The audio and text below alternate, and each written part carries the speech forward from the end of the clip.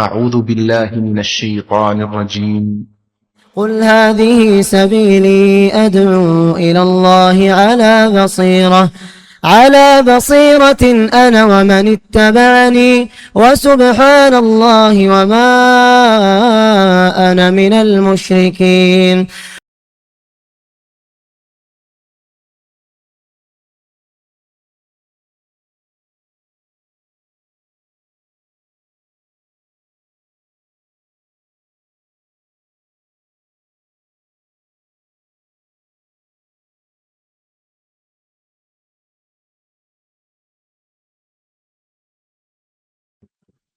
إن الحمد لله نحمده ونستعينه ونستغفره ونعوذ بالله من شرور أنفسنا ومن سيئات أعمالنا من يهده الله فلا مضل له ومن يضلل فلا هادي له وأشهد أن لا إله إلا الله وأشهد أن محمدا عبده ورسوله أرسله بالحق بشيرا ونذيرا أما بعد فإن خير الحديث كتاب الله وخير الهدي هدي محمد صلى الله عليه وسلم فإن خير الأمور عباسمها وشر الأمور محدثاتها وكل محدثة بدعة وكل بدعة ضلالة وكل ضلالة في النار.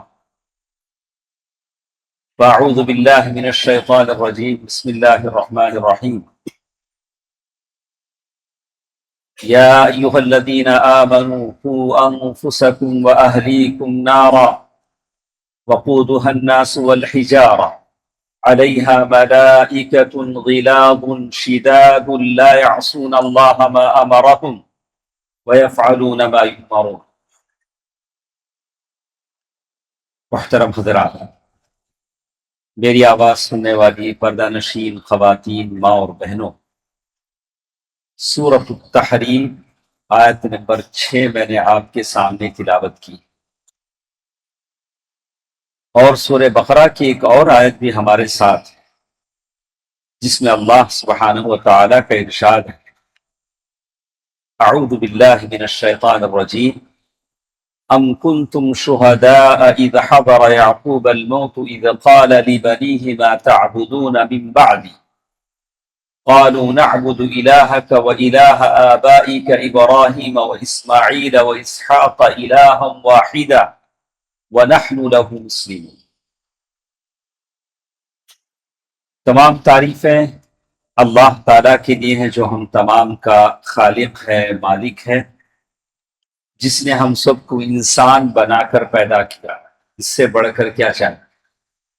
اللہ چاہتا تو کوئی پرندہ، پرند، کوئی اور رذیل قسم کا جانور پیدا کر سکتا تھا جس کی لوگ گلیوں میں دوڑا دوڑا کے مارتے ہیں. اللہ نے ہم سب کو انسان پیدا کیا، اور اللہ نے قرآن میں بطور تمنن اور احسان کے بھی ذکر کیا، وَلَقَدْ كَرَّمْنَا بَنِي آدَمَ، ہم نے انسان کو عزت دی، شرف عطا کیا، فی احسن تقویم، بہت اچھے پیرائے میں ہم نے انسان کو پیدا کیا، دیکھنے میں بڑا خوبصورت لگتا ہے. سامنے آنکھیں بنائی، پیشانی بنائی، اس کا سڑول جسم بنایا، بہت خوبصورتی انسان کو ہم نے عطا کیا. یہ اللہ تعالیٰ کا کرم ہے. اور اسی کے ساتھ ساتھ اللہ نے ہم کو اچھے عقیدے والا بنایا. اگر یہ عقیدہ نہ ہوتا تو یہ خوبصورت جسم کسی مزار پر سجدہ کر رہا ہوتا، کسی قبر کی مٹی چاٹ رہا ہوتا، کسی درخت کے اطراف طواف کر رہا ہوتا. ہم کو بھی دیکھ کے شرمندگی کا اظہار ہوتا ہے، کبھی افسوس بھی ہوتا ہے. دیکھنے میں اچھا بھلا انسان مانس لگتا ہے، لیکن پیروں میں ڈوریاں ہیں، ہاتھوں میں ڈوریاں ہیں، ایک چھوڑو دو دو چار چار ڈوریاں. عجیب حیت کا انسان. اللہ نے اتنے خوبصورت باڈی میں اتنی عقل بھی نہیں دی کہ وہ فرق کر سکے کہ شرک کیا ہے، توحید کیا ہے. جیسے بڑی بڑی پگڑیوں میں، بڑے بڑے عماموں میں کبھی فرق نہیں پڑتا. ان کے بڑے بڑے جھبے ہیں، بڑے بڑے عمامے ہیں، لیکن مشرک ہیں. لوگوں کو شرک کی طرف لے جاتے ہیں، آدمی کو انسان ہونے پر، امت محمدیہ کا فرد ہونے پر اور صحیح عقیدہ ہونے پر اللہ کا شکر ادا کرنا چاہیے۔ وَإِن تَشْكُرُوا يَرْضَهُ لَكُمْ، اگر تم شکر کرو گے تو اللہ تم سے خوش ہو جائے گا۔ شکر بھی کرو، فخر بھی کرو کہ اللہ نے تمہیں توحید پرست بندوں میں سے بنایا ہے۔ آپ اور ہم توحید پرست ہیں انشاءاللہ، اور اللہ سے دعا بھی کرتے ہیں کہ اسی توحید پر ہم سب کی موت آئے، ہماری نسلوں میں اللہ تعالیٰ توحید کو باقی رکھے۔ دوستو عزیزو، ماں اور بہنوں، جمعے کے اس خطبے میں کچھ مختصر طور سے مجھے اپنی باتیں کرنی ہیں کہ ہم اپنے نسلوں کی حفاظت کیسے کریں۔ دنیا میں جتنی قومیں بستی ہیں، جتنے مذاہب ہیں، جتنی قومیں ہیں، وہ سب اپنے اپنے طور سے اپنے نسلوں کی حفاظت کر رہی ہیں۔ کسی بھی دین کو مان لیجئے، عیسائیت کو لے لیجئے، سکھوں کو لے لیجئے، جین مت ہے، بدھ مت ہے، پارسی ہیں، یہ سب اپنے اپنے دین کی حفاظت کرتے ہیں، اپنے عیدوں کو مناتے ہیں، اور اپنا جو ٹریڈیشن ہے، اپنے جو مذہبی چیزیں ہیں، اسے وہ لوگ حفاظت کرتے ہیں، اپنے عقائد کی، اپنے نظریات کی، اپنے اخلاق کی حفاظت کرتے ہیں تاکہ ان کی قومیت زندہ رہ سکے، تاکہ ان کا طور و طریقہ زندہ رہ سکے۔ لیکن مسلمانوں کے لیے بھی ہے، اللہ کے نبی صلی اللہ علیہ وسلم نے فرمایا لا تزال طائفة من امتی ظاہرین علی الحق، میری امت میں ایک جماعت ایسی رہے گی جو قیامت تک حق پر قائم و دائم رہے۔ تو معلوم ہوتا ہے کہ اپنے نسلوں کی حفاظت ضروری ہے۔ اللہ کے نبی صلی اللہ علیہ وسلم نے ایک مرتبہ کہا تھا، ایک وقت ایسا آئے گا کہ لوگ دین بھول جائیں، قرآن رہ جائے گا، قرآن کا علم اٹھا لیا جائے گا۔ تو ایک صحابی نے سوال کیا تھا اللہ کے رسول صلی اللہ علیہ وسلم سے، یا رسول اللہ، ایسے کیسے ہو سکتا ہے؟ ہم اپنے بچوں کو پڑھاتے ہیں، اپنے بچوں کو وہ پڑھائیں گے، دین کیسے ختم ہو جائے گا؟ اللہ کے نبی صلی اللہ علیہ وسلم فرمایا کہ یہود و نصارہ بھی تو اپنے بچوں کو پڑھاتے ہیں، لیکن ان کا دین بھی ختم ہو چکا، کچھ چیزیں باقی رہ گئی ہیں، لیکن جو اصل توحید کا دین ہے ان کی زندگیوں سے اٹھ چکا ہے۔ اپنے لوگوں کی تقلید کی باتیں ان کے پاس ان کی کتابوں میں لکھی ہوئی ہیں۔ تو اللہ سبحانہ و تعالی نے سورہ تحریم کی آیہ نمبر 6 میں یہی بات کہی، یا ایھا الذین آمن، میں جتنے میرے ساتھ حضرات سب سے کہوں گا کہ اللہ تعالیٰ ایک بہترین موقع 20 منٹ 15 منٹ کا جمعے کا دیتا ہے، تو توجہ سے سنیں تاکہ اللہ کے پاس ہم کہہ سکیں کہ اللہ اتنا وقت ہم نے تیرا دین سیکھنے کے لیے خرچ کیا۔ مسجد میں بیٹھے رہے، ہمیں کوئی بزرگوں کے قصے سنائے نہیں گئے اور کوئی من گھڑت باتیں نہیں سنائی گئی، ہمیں تیرے دین کی سچی باتیں سنائی گئی۔ سورہ تحریم کی آیت میں خطاب ہو رہا ہے، یا ایھا الذین آمن، اے ایمان والو۔ یہ جب آیت نازل ہو رہی تھی تو اللہ کے نبی صلی اللہ علیہ وسلم کی مجلس میں وہ سارے صحابہ تھے جنہوں نے جنگ بدر میں شرکت کی ہو، وہ سارے صحابہ تھے جو جنگ احد میں شرکت کی ہے، وہ صحابہ بھی تھے جو بیعت الرضوان میں شریک تھے، وہ صحابہ بھی تھے جو عشرہ مبشرہ کہلاتے تھے، جن کو زمین پر چلتے ہوئے جنت کی بشارت دے دی گئی۔ کیونکہ اکثر کبھی احساس ہوتا ہے، ارے بار بار ہم کو یہ بولنے کی کیا ضرورت ہے، میں پکا مسلمان، میرا بیٹا ماشاءاللہ میرے سے بڑا مسلمان، آپ کیوں بار بار ہم کو یہ بولتے ہیں؟ ارے قرآن نے بولا ہے، اور بولا بھی تو صحابہ کے سامنے بولا ہے، وہ صحابہ جو عشرہ مبشرہ تھے، جو بیت الرضوان میں شریک تھے، جن کے احد پہاڑ پر چڑھنے کی وجہ سے احد پہاڑ بھی دہل جاتا تھا، ان کے سامنے قرآن کہہ رہا ہے قُوْ أَنفُسَكُمْ وَأَهْلِيكُمْ نَارًا، اپنے آپ کو جہنم سے بچا لو، اپنے ان معصوم بچوں کو جہنم سے بچا لو، اپنے گھر والے والیوں کو جہنم سے بچا لو۔ یہ خطاب کس سے ہے؟ عشرہ مبشرہ سے، صحابہ کرام سے رضی اللہ عنہم ورضوا عنہ، جن سے اللہ راضی ہے، ان صحابہ سے ہے جن کے بارے میں اللہ کے نبی صلی اللہ علیہ وسلم فرمایا اگر تم احد کے پہاڑ کے برابر بھی خرچ کرو گے سونا، میرے صحابہ نے ایک مٹھی جو خرچ کیا اس کا ثواب نہیں پا سکو گے، اس کے برابر نہیں ہو سکے گا۔ یہ کہا اللہ کے نبی نے۔ ان سے کہا جا رہا ہے کہ اپنے آپ کو، اپنے بچوں کو اپنے سے جہنم سے بچا لو۔ کوئی گارنٹی ہے؟ ہمارے بچوں کی کوئی گارنٹی ہے؟ میں کہوں کہ میں اتنا بڑا آدمی ہوں، اتنا دینی علم پڑھا ہوا ہوں، میرے بچوں کے بارے میں مجھے کیا افسوس؟ ہاں، میرے بچے تو بس پیدائشی مسلمان ہیں، بس جنت اللہ نے ان کے لیے لکھ دی ہے۔ تو اللہ تعالیٰ کہہ رہے یا ایھا الذین آمنوا قوا انفسکم واہلیکم نارا وقودھا الناس والحجارہ، اس جہنم سے بچا لو جس کی دہکتی ہوئی آگ ہے، پتھروں سے اس جہنم کو گرم کیا گیا ہے۔ دوستو عزیزو، کبھی آپ سوچ سکتے ہیں کہ کس آگ کے بارے میں اللہ تعالیٰ کہہ رہے ہیں؟ وہ آگ کبھی لگی تھی؟ اور آپ سمجھ سکتے ہیں کہ کوئی چھوٹا سا معصوم بچہ ہے، جا رہا ہے اپنی بائک پر، سائیکل پر، اور اس کے بریک بھی نہیں، اور راستہ بھی ڈاؤن جا رہا ہے۔ آپ کو معلوم ہے کہ اس بائک کے بریک نہیں، اس بائیسیکل کے بریک نہیں، اور چلانے والا بھی ہنرمند نہیں، اور باپ کھڑا دیکھ رہا، ہاں جا بیٹا جا، اچھا چلے گا، سڑک پر تو خیریت سے پہنچے گا۔ بالکل آج ہماری حالت اس کی ہے۔ ہمارے اسکولوں میں جو سلیبس پڑھائے جا رہے ہیں، ہمارے کالجوں میں جو سلیبس پڑھائے جا رہے ہیں، وہ ملحدانہ سلیبس ہیں، جو بچوں کو ایتھسٹ بنا دیں، ملحد بنا دیں گے۔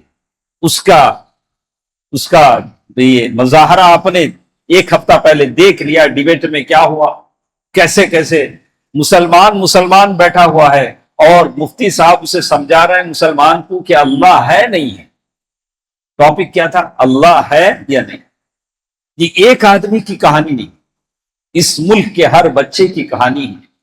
جہاں اسکولوں میں اور کالجوں میں جو تعلیم دی جاتی تھی، وہ انگریزوں کا زمانہ تھا، جب اسکولوں میں وہ خرگوش اور شیر کے قصے ہوتے تھے۔ آپ کو معلوم ہے نہیں؟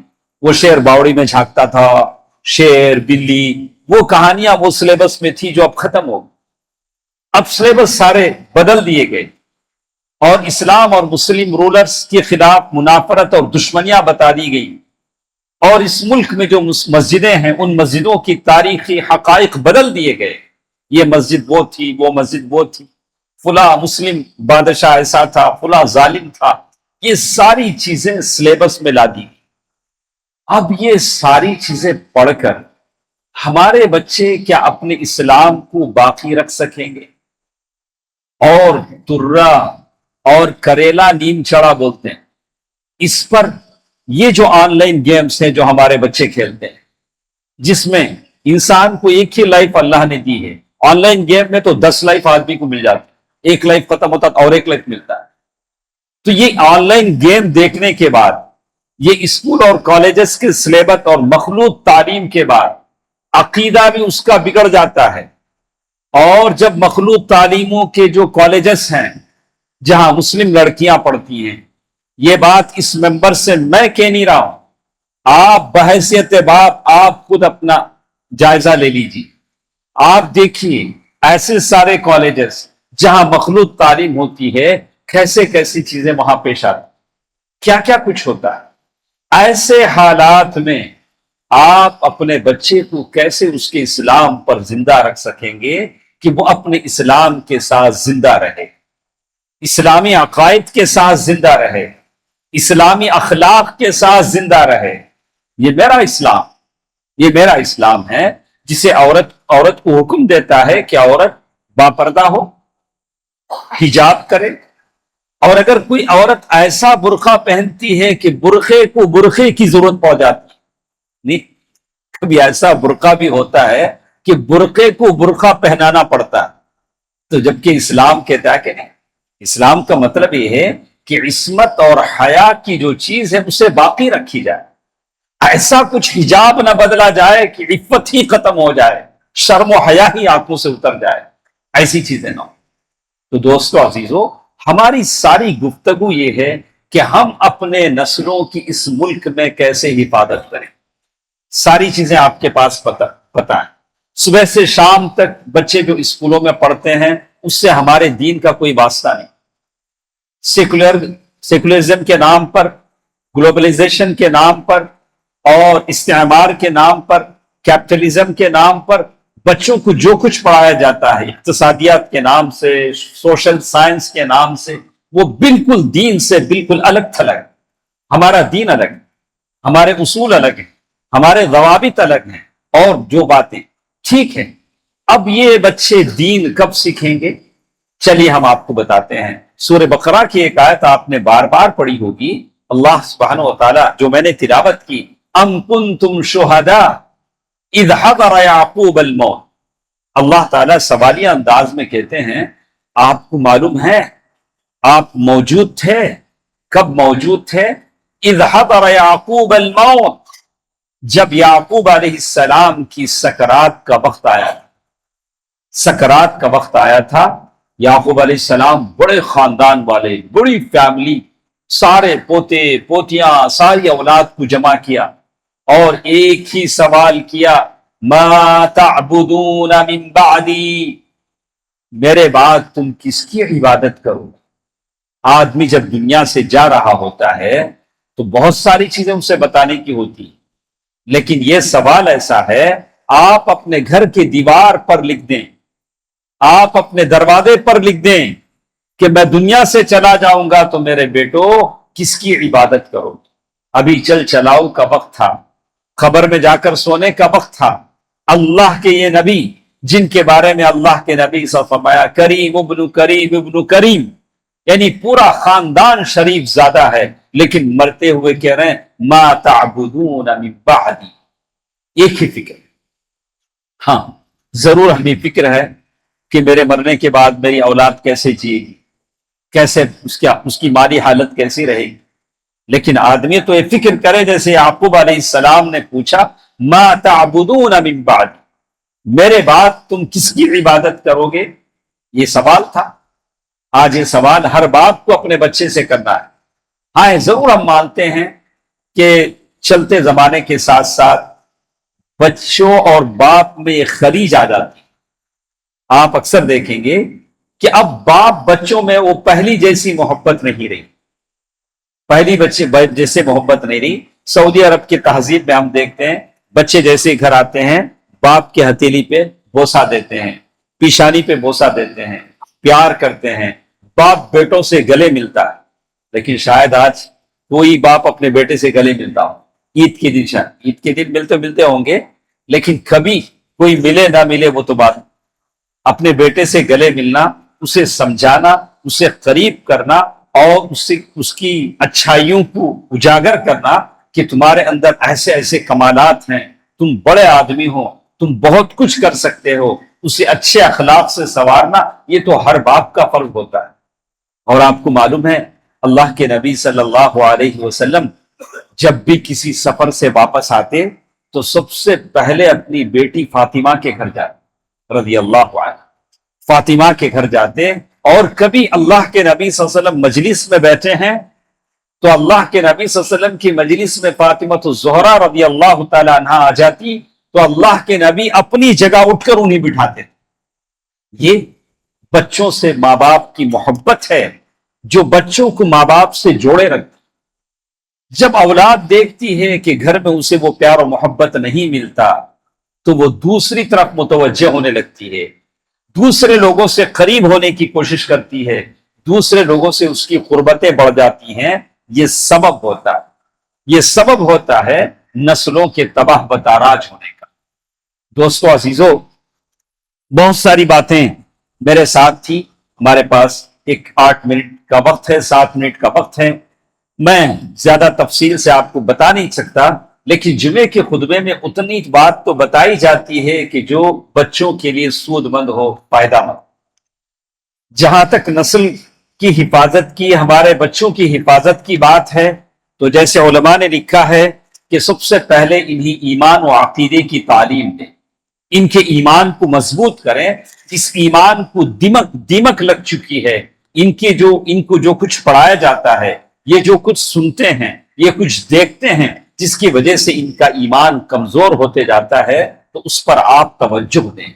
اس کے لیے کیا کچھ کر سکتے ہیں آپ؟ اس کے لیے مسجدوں میں مکاتب کا انتظام ہے ماشاءاللہ، عصر کے بعد مکتب پڑھتے ہیں۔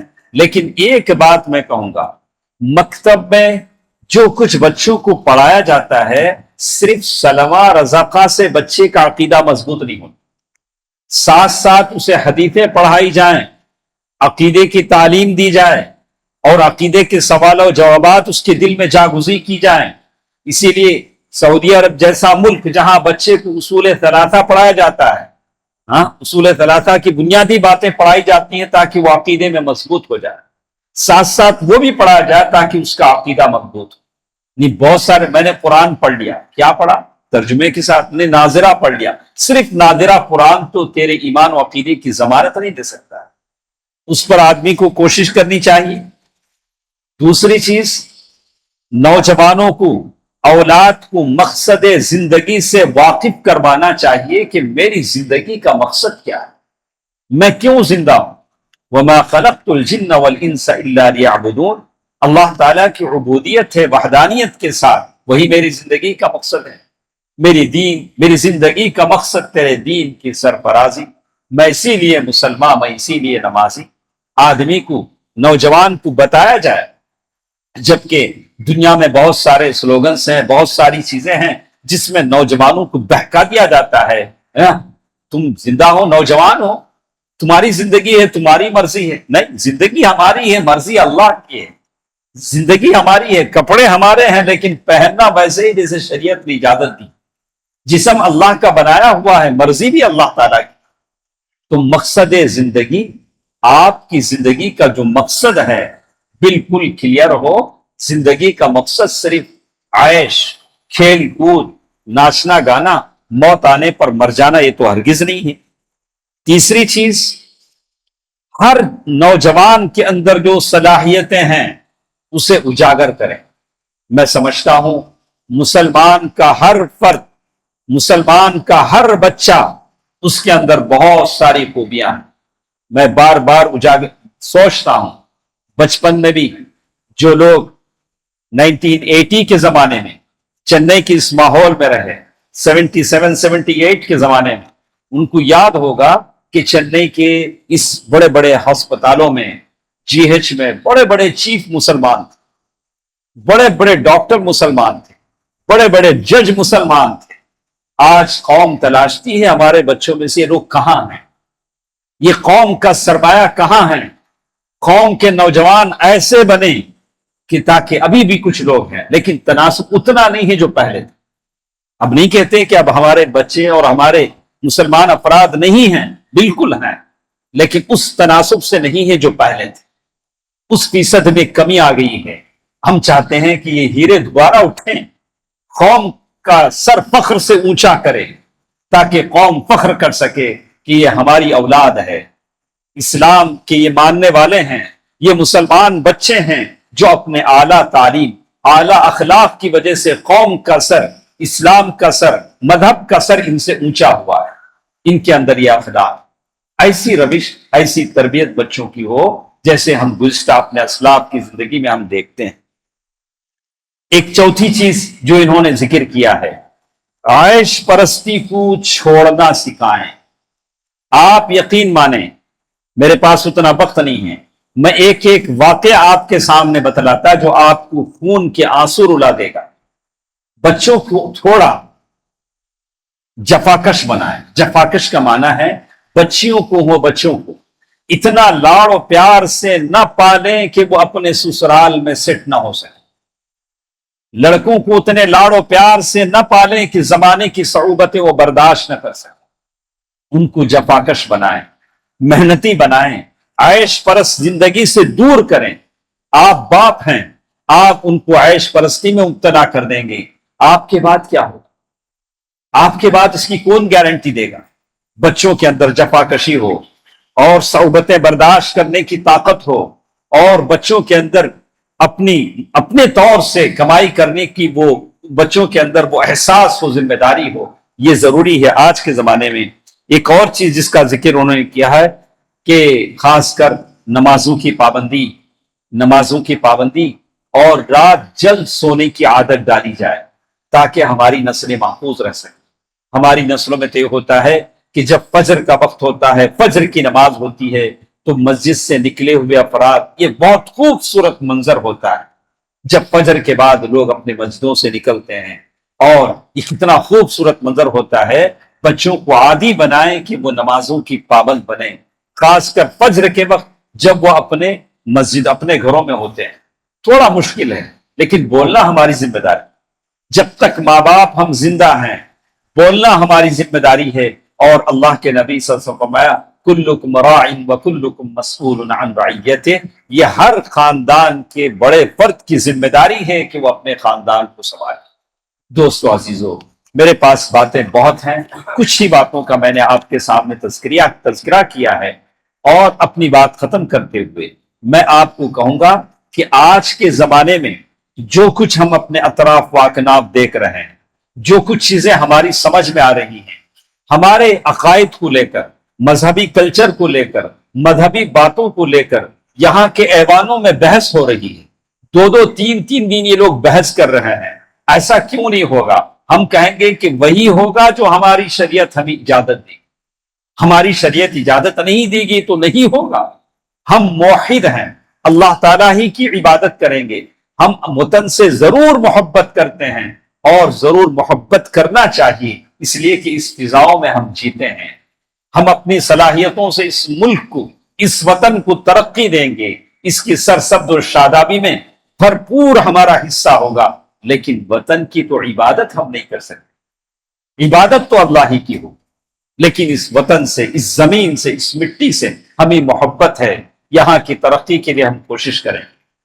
اور اس ملک میں جو کچھ بھی دہشت گردی کی کارروائیاں ہوتی ہیں، معصوم جان قتل ہوتے ہیں، کہیں بھی قتل ہو، اس کے خلاف ہم ہیں۔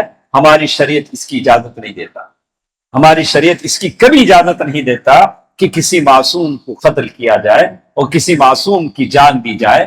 ہم اس کے بالکل مخالف ہیں، ہم بھرپور اس کی مخالفت کرتے ہیں، اور اللہ تعالیٰ سے دعا کرتے ہیں کہ اللہ تعالیٰ اس ملک میں سرسبز و شادابی عطا فرمائے، اللہ اس ملک کو ترقی عطا کرے۔ اللہ تعالیٰ جتنے کلمہ گو مسلمان ہیں، موحد مسلمان ہیں، اللہ تعالیٰ سب کی حفاظت فرمائے، اللہ سب کے کاروبار میں برکت عطا فرمائے، اللہ سب کے جسموں میں صحت، مالوں میں برکت عطا فرمائے۔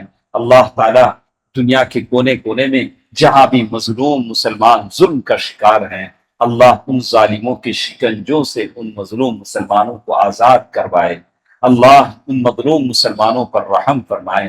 اے الہ العالمین، جتنے لوگ اپنی اپنی جائز خواہشیں، مرادیں لے کر یہاں موجود ہیں، یا اللہ سب کی دعاؤں کو شرط قبولیت عطا فرما۔ یا اللہ اگر کوئی قرض دار ہے تو اس کے قرض کی ادائیگی کا ذریعہ فرما دے۔ یا اللہ کوئی لاولد ہے تو اسے اولاد کی نعمتوں سے مالا مال فرما۔ یا اللہ جو پریشان ہے اس کی پریشانی کو دور فرما۔ یا اللہ تمام کے وہ لوگ جو دنیا سے رخصت ہو چکے ہیں، یا اللہ ان کی مغفرت فرما دے، ان کی خبروں کو نور سے بھر دے۔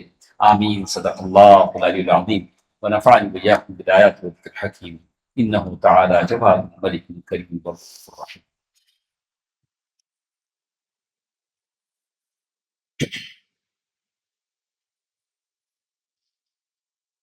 الحمد لله نحمده ونستعينه ونستغفره ونؤمن به ونتوكل عليه ونعوذ بالله من شرور أنفسنا ومن سيئات أعمالنا، من يهده الله فلا مضل له ومن يضلل فلا هادي له، وأشهد أن لا إله إلا الله وأشهد أن محمدا عبده ورسوله أرسله بالحق بشيرا ونذيرا، أما بعد فإن خير الحديث كتاب الله، وخير الهدي هدي محمد صلى الله عليه وسلم، فإن خير الأمور عباسمها وشر الأمور محدثاتها وكل محدثة بدعة وكل بدعة ضلالة وكل ضلالة في النار، فأعوذ بالله من الشيطان الرجيم، بسم الله الرحمن الرحيم، إن الله وملائكته يصلون على النبي يا أيها الذين آمنوا صلوا عليه وسلموا تسليما، اللهم صل على محمد وعلى آل محمد كما صليت على إبراهيم وعلى آل إبراهيم إنك حميد مجيد. اللهم بارك على محمد وعلى آل محمد كما باركت على إبراهيم وعلى آل إبراهيم إنك حميد مجيد. اذكروا الله يذكركم وادعوه يستجب لكم ولذكر الله تعالى أولى وعز وجل وأتم وأهم وأكبر.